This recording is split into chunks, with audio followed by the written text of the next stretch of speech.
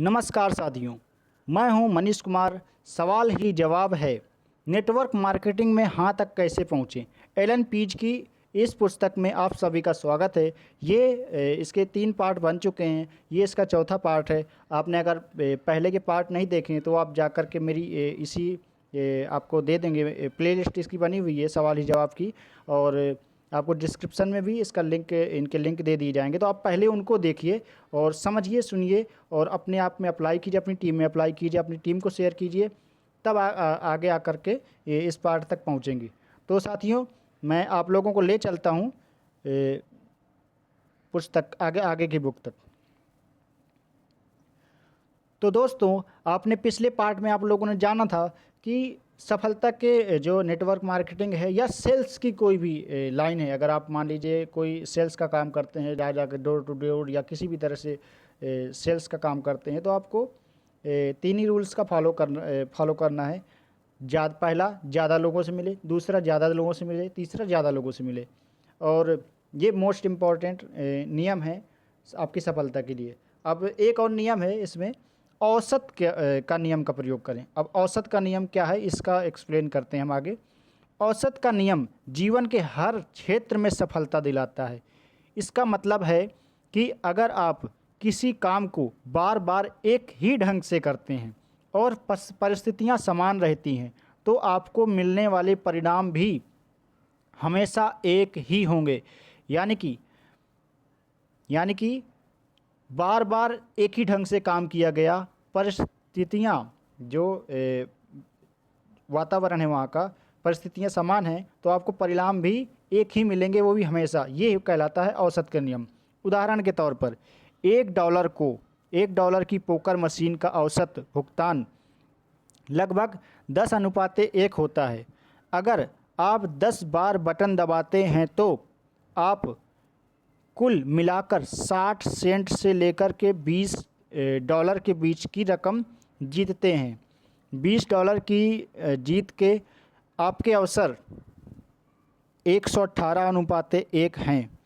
इसमें किसी दक्षता या कुशलता की ज़रूरत नहीं है। मशीनों को तैयार ही इस तरह से किया गया है कि वे औसत या प्रतिशत के हिसाब से भुगतान करें।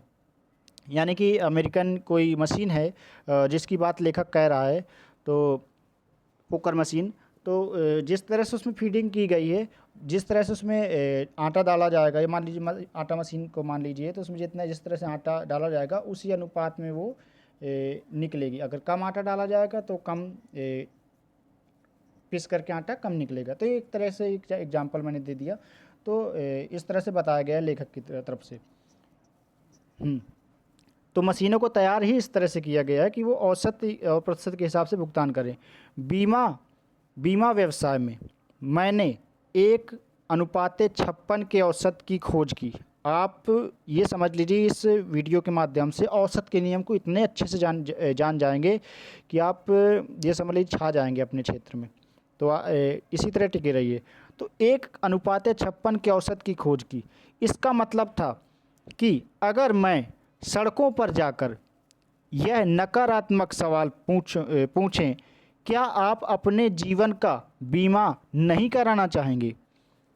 सड़क पर जाकर के ये एक नेगेटिव क्वेश्चन पूछते हैं कि आप अपने जीवन का बीमा नहीं कराना चाहते हैं, तो 56 में से एक व्यक्ति मुझसे बीमा कराने के लिए तैयार हो जाएगा। 56 में से एक, यानी 56 लोगों को जाकर के प्लान बताया, तब जाके एक बंदा तैयार हुआ। तो ये कहलाता है औसत का नियम। पॉइंट आप लोग के दिमाग में फीड हो रहा होगा, क्या है औसत का नियम।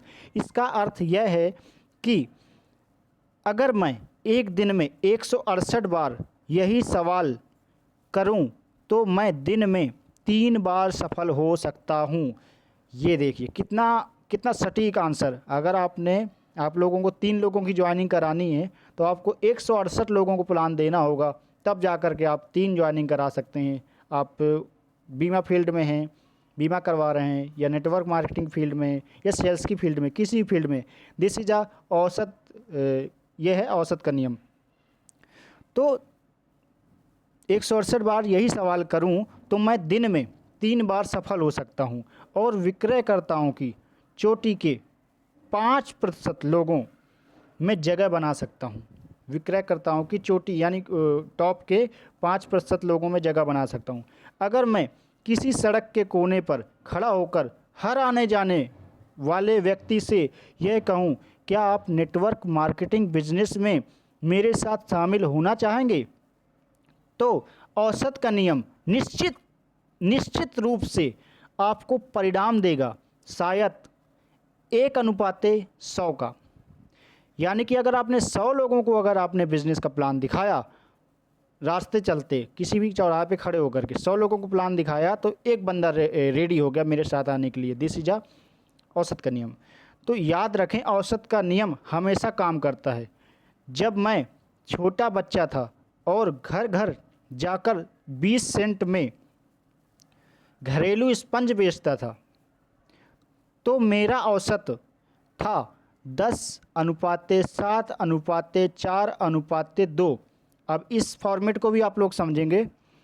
मैं शाम 4 बजे से 6 बजे तक जिन 10 दरवाज़ों को खटखटाता था, उनमें से 7 दरवाजे खुलते थे। देखिए, 10 दरवाजे खटखटाए तो 7 दरवाजे खुले। उसमें से भी केवल 4 लोग ही मेरी प्रस्तुति सुनते थे। अब देखिए, 10 दरवाजे खटखटाए, 7 लोगों ने दरवाजे खोले, जिसमें से 4 लोगों ने केवल सुना, मेरी बात सुनते थे, और मात्र 2 ही लोग स्पंज खरीदते थे। यानी 10 दरवाजे खटखटाए, 7 लोगों ने दरवाजे खोले, 4 लोगों ने केवल मेरा प्लान सुना, और सिर्फ 2 ही लोग ज्वाइन हुए। तो ये है फंडा, औसत का नियम ये है। इस तरह से मैं 40 सेंट कमा लेता था, जो 1962 में एक अच्छी खासी रकम थी, खासकर एक 11 वर्षीय लड़के के लिए। मैं एक घंटे में आराम से 30 दरवाज़ों को खटखटा सकता था। एक घंटे में लगभग 30 दरवाजे खटखटा सकता था। अब समझ लीजिए, 10 लोगों को 10 दरवाजे खटखटाता है तो सिर्फ 2 ज्वाइनिंग मिलती हैं। अब इसने 30 दरवाजे खटखटाने शुरू कर दिए। इस तरह से 2 घंटे की अवधि, यानी 2 घंटे में इसने 12 स्पंज बेच लिए। 12 स्पंज बेच लेता था, जो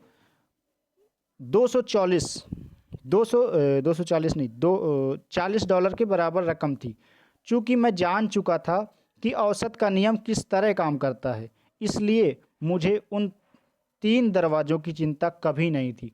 यानी कि लेखक जान चुका है कि वो अगर 30 दरवाजे खटखटाएगा तो 3 ज्वाइनिंग मिलनी ही मिलनी है। तो इन 3 लोगों की चिंता नहीं थी उसको, यानी उसको मज़े के साथ वो काम कर रहा था। चिंता नहीं हुई जो नहीं खुले, यानी कि उन 3 दरवाज़ों की चिंता नहीं हुई जो नहीं खुले, ना ही उन 3 लोगों के बारे में चिंता थी जिन्होंने मेरी बात नहीं सुनी। यानी कि जो लोग उनकी बात नहीं सुनते थे, उनसे उनको कोई चिंता नहीं थी। यानी कि औसत के नियम के अनुसार ये फंडा हमेशा, हर पल, हर तरह से काम ही करता था। तो जिन्होंने मेरी बात नहीं सुनी, ना ही उन लोगों के बारे में चिंता थी जिन्होंने मेरा सामान नहीं खरीदा। मैं तो बस इतना जानता था कि अगर मैं 10 दरवाज़ों पर दस्तक दूंगा तो मैं 40 सेंट कमा लूँगा। उसको इतना पता था कि अगर 10 दरवाज़ों में दस्तक देगा तो वो 40 सेंट कमा लेगा। यानी कि 2 लोग उसका माल उसका जो प्रोडक्ट है वो ख़रीद लेंगे। इसका मतलब यह था कि हर बार जब मैं दरवाजे पर दस्तक दूंगा तो मैं 4 सेंट कमा लूँगा। इसके बाद चाहे जो भी हो। औसत का यह नियम, तो लेखक क्या कहता है? औसत का नियम आगे क्या कहता है? औसत का नियम मेरे लिए एक प्रभावशाली और प्रेरणादायक शक्ति था। उसने इस नियम को अपनी ताकत के रूप में ले लिया। 10 दरवाज़ों पर दस्तक दो और 40 सेंट कमाओ। 40 सेंट कमाओ। सफलता सिर्फ इस बात में छुपी हुई थी कि मैं कितनी जल्दी इन दरवाज़ों पर दस्तक दे सकता हूँ। यानी कितनी जल्दी जल्दी वो प्लान करे, जा कर के वो इतने रुपए वो कमा ले। अब बताइए, मिला आपको ब्रह्मास्त्र की नहीं मिला? नेटवर्क मार्केटिंग में यही ब्रह्मास्त्र है। यही नेटवर्क मार्केटिंग है, सेल्स इंडस्ट्री है, बीमा इंश्योरेंस इंडस्ट्री है। यही सबसे बड़ा ब्रह्मास्त्र है, औसत का नियम। इस नियम की शक्ति के बारे में आप लोगों को पता चल चुका है। अब बताइए कि आप लोगों को करोड़पति बनने से कोई रोक सकता है? नहीं रोक सकता। अब बिछा दीजिए लाशें। चला दीजिए, लगा दीजिए जोर, आग लगा दो सीने में, जब तक लाख ना आए महीने में।